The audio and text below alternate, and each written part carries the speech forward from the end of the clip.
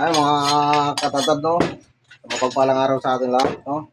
Ay, mga tatad, ginamit ko na pala yung bagong dating natin na Dickinson Clever Knife, yung .73 ang timbang, mga idol. At napakaswabe. Iiwan natin ang pang straight cut. Ayan, no? Napakaswabe, mga idol. Dumudulas lang talaga, mga idol. Talagang swabe talaga gamitin, mga idol. Oh. Talagang ting paluan lang. Yes, madam. Ata, wala na tayong karne. Karubusan na. Medyo dinumog tayo kanina. Kaya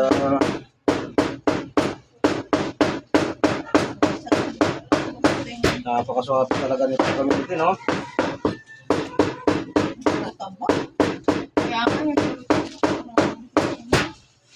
Yan ang masarap mo na eh.